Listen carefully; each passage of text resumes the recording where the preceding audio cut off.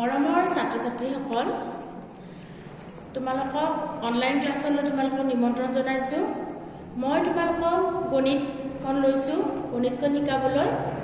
গণিতৰ তোমালোকৰ মই প্ৰথম পাঠটো লৈছোঁ, প্ৰথম পাঠটো শিকাবলৈ লৈছোঁ।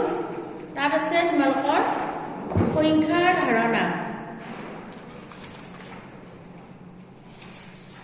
প্ৰথম পাঠটো মই লৈছোঁ, তাত আছে তোমালোকৰ সংখ্যা। এই পাঠটো এইখিনি শিকাবলৈ লৈছোঁ যে তলৰ তালিকাখন পূৰ কৰা। তোমালোকে মই বৰ্ডত যেনেদৰে দেখুৱাই দিম, তোমালোকে কিতাপখনত পাতি ল'বা। আহাচোন আমি এতিয়া বৰ্ডলৈ যাওঁ। এইটো কি হেৰি দিব লাগিব নেকি? দিছোঁ। তলৰ তালিকাখন পূৰ কৰা। এতিয়া চাবা, আমাৰ আছে 1, 10, 3, 1, 10, 3, 13। ইয়াত আছে আমাৰ 4, 10, 9, 4, 10, 9, 49। আমি এনেকৈ লিখিম, খালী ঘৰটোত 4, 10, 9 লিখিম। 1, 10, 7, 1, 10, 7, 17। আমি যিটো খালী ঘৰ আছে তাত আমি 17 লিখিম। 5, 10, 7, খালী ঘৰটোত আমি লিখিম 5, 10, 7, 57।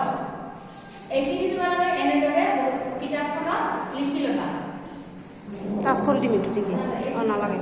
এইবাৰ আমি এইখন তালিকা লৈছোঁ, একে তালিকা 2, 10, 4, 2, 10, 4, 24, 6, 10, 3, 63, 2, 10, 9, 2, 10, 9, 29, 7, 10, 7, 77।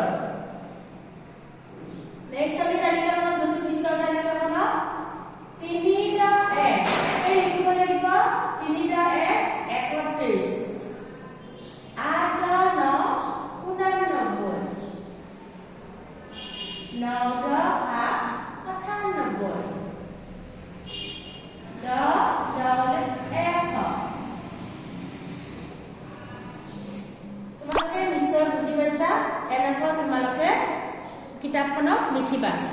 কিবা টিভি চিভি দিব নালাগে। আজিলৈ এইখিনিয়ে তোমালোকে ভালদৰে লিখিবা। ধন্যবাদ।